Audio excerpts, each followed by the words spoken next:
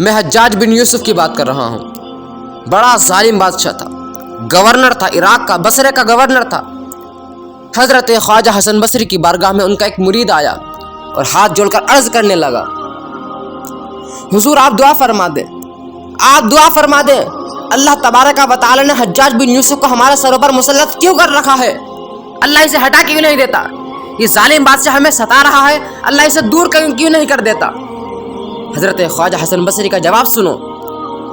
آپ فرمانے لگے، حجاج بن یوسف ہمارے سروں پر صرف ہمارے گناہوں کے سبب آیا، صرف ہمارے گناہوں کے سبب ہمارے سروں پر آیا ہے وہ.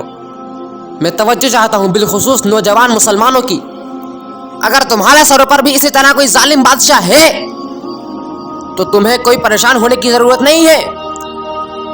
اگر کسی ظالم بادشاہ کو ہٹانا ہے تو بٹن دبا کر نہیں بلکہ مولا کی بارگاہ میں رو کر، گل گلا کر، سچے دل سے توبہ کر کر، مولا سے دعا کر کر اسے ہٹاؤ. میں عزت رب کعبہ کی قسم اٹھا کر کہتا ہوں، اگر تو نے اپنے گنہگار آنسوں کو بہا دیا تو اللہ تبارک و تعالی قیامت تک تیرے لیے رحمتوں کا دریا بہا دے گا، رحمتوں کا دریا تیرے لیے بہا دیا جائے گا. آپ نے دیکھا ہوگا کہ کبھی کوئی پروگرام آتا ہے، کوئی تیوہار آتا ہے تو آپ سننے کو آپ کو ملتا ہوگا کہ فلاں بادشاہ نے اس چیز کا پرائز ہلکا کر دیا ہے، اس کے پرائز میں کچھ کمی کر دی ہے. کیوں بھائی، کیوں کمی کر دی ہے؟ فلاں پروگرام آ رہا ہے، فلاں تیوہار آ رہا ہے. مسلمانوں تمہیں پریشان ہونے کی ضرورت نہیں ہے. اللہ تبارک و تعالی نے تمہیں شب قدر عطا کی. شب قدر وہ رات جس کے متعلق اللہ تبارک و تعالی قرآن عظیم میں ارشاد فرماتا ہے، انا انزلناہ فی لیلۃ القدر، اور بے شک ہم نے اسے لیلۃ القدر میں اتارا. وما ادراک ما لیلۃ القدر، اور تم نے لیلۃ القدر کے بارے میں کیا جانا؟ تم نے کیا جانا اس کے بارے میں؟ کیا ہے وہ؟ کیا ہے لیلۃ القدر؟ آگے فرماتا ہے رب تعالی، لیلۃ القدر خیر من الف الشہر، لیلۃ القدر 1000 مہینوں سے بہتر ہے، 1000 مہینوں سے بہتر ہے.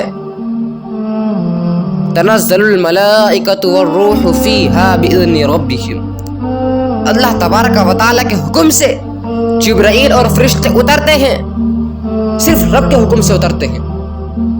سلام ہی حتی مطلع الفجر، لیلۃ القدر وہ رات ہے جس میں صبح چمکنے تک تمہارے لیے ہدایت ہے.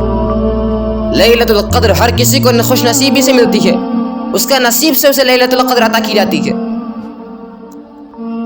اس رات میں اللہ تبارک و تعالی سے دعا کریں، اس کی بارگاہ میں روئیں، گڑ گڑائیں اور سچے دل سے اپنے گناہوں سے توبہ کریں.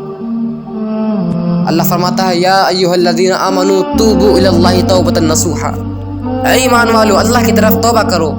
کیسی توبہ ہونی چاہیے؟ ایسی توبہ جو تمہارے لیے نصیحت بن جائے. شب قدر کو شب قدر کیوں کہا جاتا ہے؟ لیلۃ القدر ہی کیوں کہا جاتا ہے؟ اسے قدر بولتے ہیں عزت والی چیز کو، تو اس کی طرف دھیان دیتے ہوئے اسے لیلۃ القدر یعنی عزت والی رات کہہ کر کے. کیوں؟ کیونکہ اس میں عزت والا قرآن نازل ہوا تھا. اور قدر کے ایک معنی دوسرے بھی آتے ہیں تنگی کے. تنگی کے کیوں آتے ہیں؟ وہ یوں آتے ہیں کہ اللہ تبارک و تعالی کے حکم سے زیادہ کثرت میں فرشتے زمین پر اترتے ہیں تو یہ زمین چھوٹی پڑ جاتی ہے، زمین تنگ ہو جاتی ہے. اس وجہ سے اس کو لیلۃ القدر بھی کہا جاتا ہے، تنگی والی رات بھی کہا جاتا ہے. احادیث میں یہ مضمون ملتا ہے کہ شب برات اللہ کریم قبیلہ بنو کلب کی بکریوں کے بالوں کے تعداد کے برابر اللہ کریم جہنم سے لوگوں کو آزادی عطا فرماتا ہے. ایسے بدبخت بھی اس رات میں بھی ہوں گے جو نہیں بخشے جائیں گے.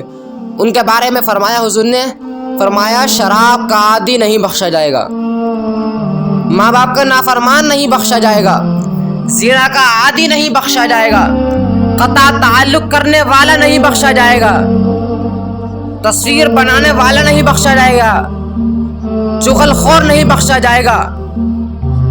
اے میرے اسلامی بھائیوں، خدا را آج آ جاؤ، اللہ تبارک و تعالی سے دعا کرو کہ مولا آج کے بعد ہماری کوئی بھی نماز قضا نہیں ہوگی اور آنے والے رمضان میں ہم سارے روزے رکھیں گے. ہمارا کام صرف دعا کرنا ہے، صرف توبہ کرنا ہے. اللہ تبارک و تعالی مالک صرف مدد وہی کرتا ہے اللہ جو میرے بس میں تھا وہ میں نے کیا، میں نیت بھی کر رہا ہوں، سچی توبہ بھی کر رہا ہوں۔ مولا اپنے حبیب کے صدقے سے میرے تمام گناہوں کو معاف فرما دے، مولا میری توبہ قبول فرما لے۔ شعبان المعظم کی 15ویں شب آنے والی ہے، اور یاد رہے کہ 14 شعبان المعظم کو نام اعمال کے دفتر بند ہو جائیں گے، اور 15ویں شب کو نام اعمال کے نئے دفتر کھل جائیں گے۔ یہ رات نازک اور اہم فیصلوں کی رات ہوتی ہے۔ اس میں لکھ دیا جاتا ہے کہ کون اس سال اس دنیا میں تشریف لائیں گے اور کون اس سال اس دنیا سے رخصت ہوں گے۔ کیا ہی اچھا ہو جب نام اعمال کے دفتر بند ہو رہے ہوں، اس وقت بھی ہم روزے میں ہوں، یعنی 14 شعبان المعظم، اور جب نام اعمال کے نئے دفتر کھل رہے ہوں اس وقت بھی ہم روزے میں ہوں۔ تفاسیر کی کتب میں آتا ہے جو اس رات سورہ یاسین شریف کی تلاوت کرے، اللہ تبارک و تعالی اس کو اپنی اطاعت کا ذوق عطا فرما دیتا ہے، اپنی اطاعت کی لذت عطا فرما دیتا ہے، اپنی اطاعت کی لذت عطا فرما دیتا ہے۔ تو مسلمانوں، اس سال آئیے ہم مل کر اس رات کو اللہ تبارک و تعالی کی اطاعت میں گزاریں، اس کی بندگی میں گزاریں۔